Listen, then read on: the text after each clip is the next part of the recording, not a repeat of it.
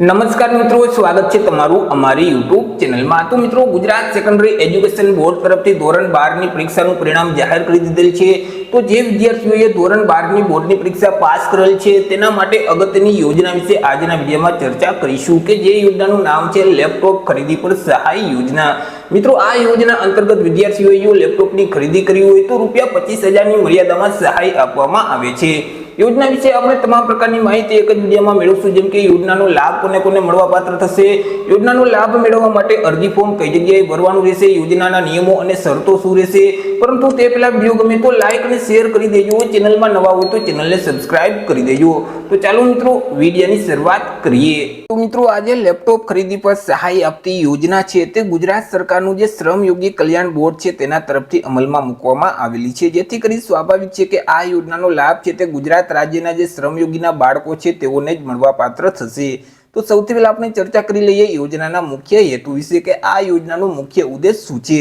તો કે મિત્રો, શ્રમયોગીના બાળકોને પ્રોત્સાહન મળી રહે અને શિક્ષણ પાછળ તેઓનો આર્થિક બોજ ઘટે તે હેતુ માટે ગુજરાત સરકાર શ્રી તરફથી લેપટોપ ખરીદી પર સહાય યોજના અમલમાં મૂકવામાં આવેલી છે કે જે યોજના અંતર્ગત શ્રમયોગીના બાળકોને શિક્ષણ માટે જો લેપટોપની ખરીદી કરી હોય તો સહાય આપવામાં આવે છે।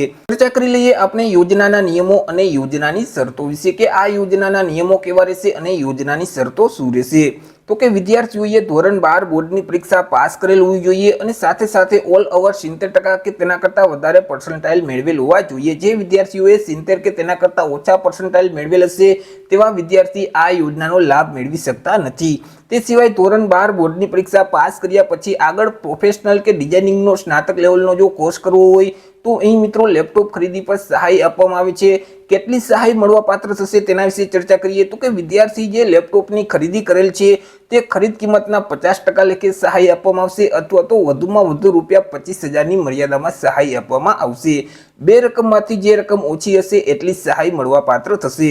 તે સિવાય મિત્રો, વિદ્યાર્થીઓના જે વાલીઓ છે તે ગુજરાત રાજ્યમાં આવેલ કોઈ પણ કારખાના અથવા તો સંસ્થામાં કામ કરતા હોવા જોઈએ અને વાલીઓ દ્વારા છેલ્લા 1 વર્ષથી લેબર વેલફેર ફંડ છે તે મિત્રો ગુજરાત શ્રમયોગી કલ્યાણ બોર્ડમાં જમા કરાવતા હોવા જોઈએ। જે વિદ્યાર્થીના વાલીઓ છે તે લેબર વેલફેર ફંડ બોર્ડમાં જમા ન કરાવતા હોય તો તેવા વિદ્યાર્થી આ યોજનાનો લાભ મેળવી શકતા નથી। તે સિવાય મિત્રો, લેપટોપની ખરીદી છે તે વિદ્યાર્થીના નામે જ કરવાની રહેશે। અહીં મિત્રો, ધોરણ 12 પાસ કર્યા પછી સ્નાતક લેવલના કોર્સ માટે જો વિદ્યાર્થી વિદેશમાં જશે તો તેવા વિદ્યાર્થીઓ આ યોજનાનો લાભ મેળવી શકતા નથી।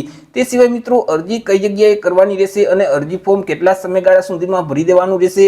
તો કે અહીં મિત્રો, વિદ્યાર્થી જે વર્ષમાં બોર્ડની પરીક્ષા પાસ કરેલ છે તે જ વર્ષમાં લેપટોપની ખરીદી કરવાની રહેશે અને લેપટોપની ખરીદી કર્યા પછી 6 મહિનાની અંદર તમારે અરજી ફોર્મ ભરી દેવાનું રહેશે। જો 6 મહિના કરતાં વધારે સમયગાળો થઈ જશે તો ત્યારે પણ આ યોજનાનો લાભ તમે મેળવી નથી શકતા અને અહીં મિત્રો, અરજી ફોર્મ છે તે તમારે ઓનલાઈન ભરવાનું હોય છે।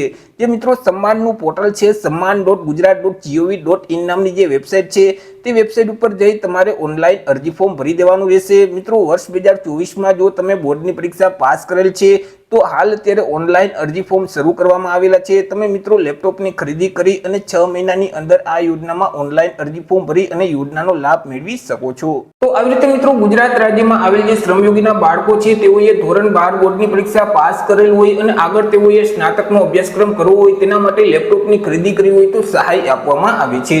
આશા રાખું છું વિડીયો પસંદ પડ્યો હશે। વિડીયો પસંદ પડ્યો હોય તો લાઈક અને શેર કરી દેજો, ચેનલમાં નવા હોય તો ચેનલને સબસ્ક્રાઇબ કરી દેજો। ફરી મળીશું એક નવા ટોપિક સાથે એક નવા જ વિડીયોમાં। ત્યાં સુધી જય હિન્દ, વંદે માતરમ।